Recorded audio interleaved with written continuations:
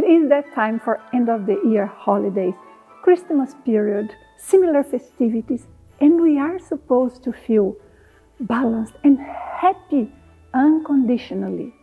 That is not so easy for many different reasons, but especially if you are sensitive, psychically sensitive to the energy around of you, it may be even harder. Many of us who are more intuitive, more empathic, may feel at this period some sort of melancholy for no explainable reason. But it is because we kind of sense in the environment the emotions from everyone else.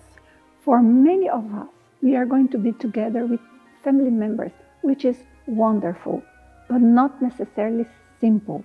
When I put a lot of people together, especially when they have a strong bond with one another, we tend to have a specific, a spiritual, non-physical atmosphere that it's almost as if there is a meeting here in the physical world, but also in the non-physical astral world.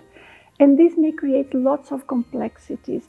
Sometimes, even if everything is good, we kind of feel a little bit overwhelmed or drained. Not always, of course, but it's the case of many different situations that we may face throughout this end of year.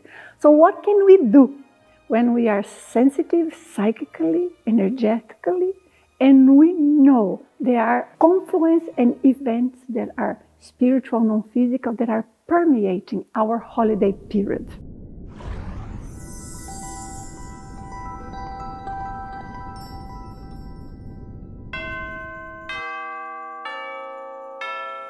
If during your reunions, or even with yourself alone at home, there are substances, alcohol or any other substances that you or other people would consume, that makes everything so much more complex, delicate, like sensitive condition in which anything can happen and we not always are in control. Why is that? Because when we are under the influence of any substance, such as this psychotropic substance, it tends to reduce our barriers, our filters, our alter ego. And in a way, we become more vulnerable. Things hit us more. We are more open to influences, to telepathy. We are more open to the invasion and intrusion of energy from others, not only physical people, but including their non-physical people, spirits, and the environment per se. So it becomes very delicate. My recommendation is keep an eye on how much you and others are having, and to what extent it may be altering their energy. It's not so much that they are behaving differently or you are behaving differently. It's how much we start feeling different, others start feeling different, and therefore the information in the energetic field of the party, of each of the people, start changing, and there may, in this condition, infiltrate other influences, other energy. So take this into consideration. Otherwise, we may fall into a trap. If there is any critical subject that you have been wanting to discuss with, a cousin, an aunt of yours, or anybody whatsoever, you are going to observe if now, during the festivities, is the right moment. Because as much as we may be more sensitive because of our own condition or because we are sensing the energies of others, other people may be under the same pressure.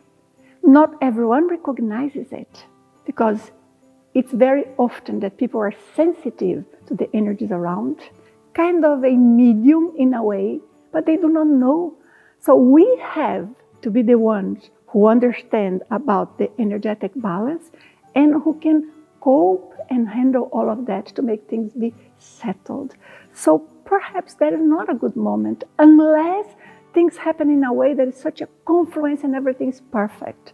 But you keep an eye, because sometimes we have the impulse of bringing up things that are not going to be sorted out at that moment. The best, if you are not absolutely certain, is to be diplomatic. Keep your energy stable, be diplomatic, keep an eye on everyone to observe the change.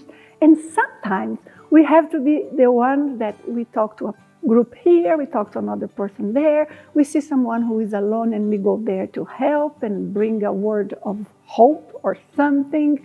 We are going to give a hug to someone else, and we are going to try and lift up the whole atmosphere. It doesn't matter if it's us alone, it doesn't matter if it's us and our partners, us and a friend, us and a group of friends, or we are with family. It doesn't matter.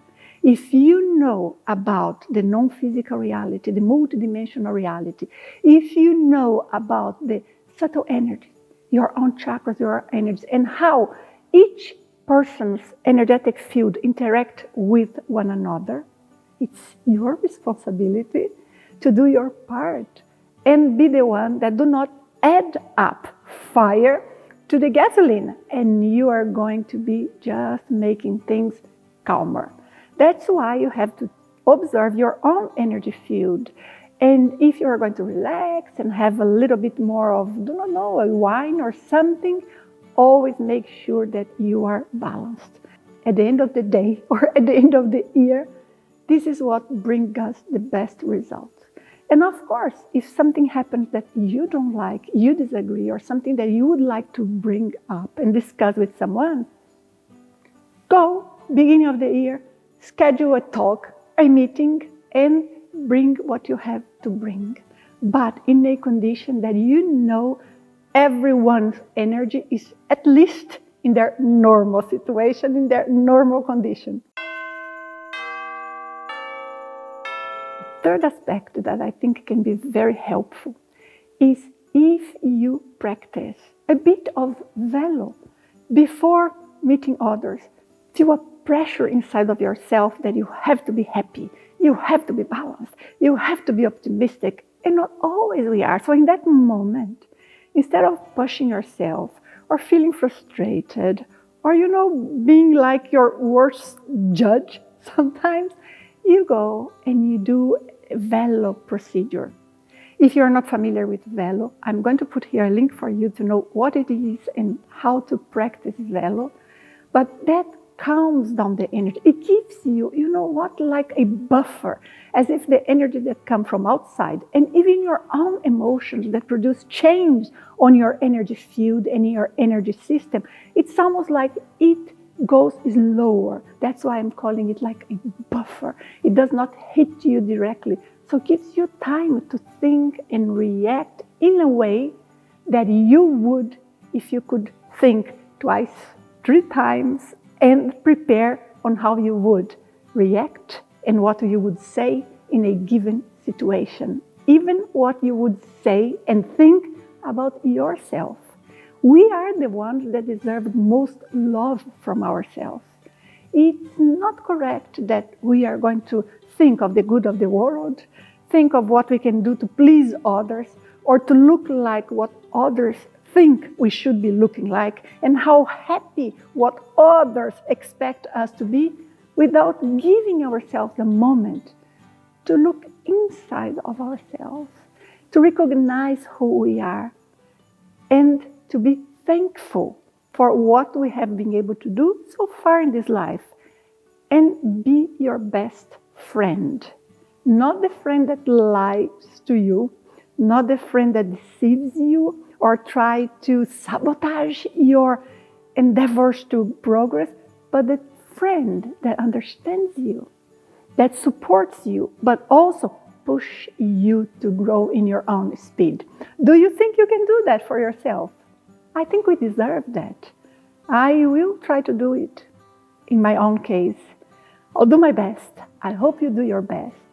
Remember, you can practice velo when you need, and even before any event. That is going to give you this moment to breathe more calmly. And I look forward to seeing you in the beginning of January. I have wonderful news for you. I'm going to offer for free a out-of-body experience practice that I will conduct online.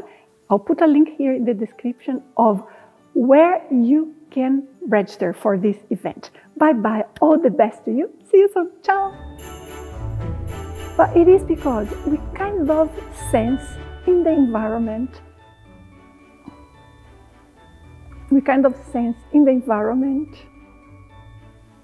Nossa, me deu uma tontura.